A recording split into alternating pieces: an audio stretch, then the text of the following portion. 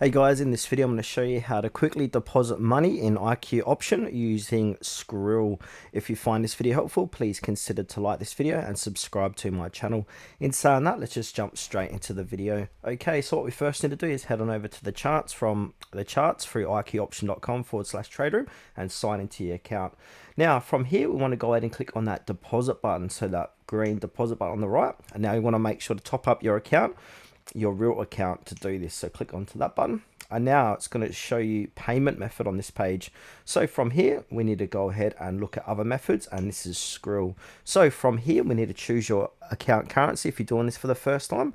So you got Euro, GBP or USD. So if I want to do USD, I want to click onto USD, but please take note that you'll not be able to change the currency of your account after your first deposit. The only way you can is just creating a new account if you do want to change your currency at a later date.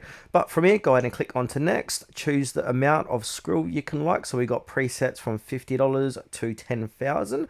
Go ahead and click on I hereby accept the terms and conditions, and also you will need to verify your account before you can do that. So if you haven't, just go ahead and click on verify, go through the process, and then it will come back to here to give you the option to deposit through Skrill.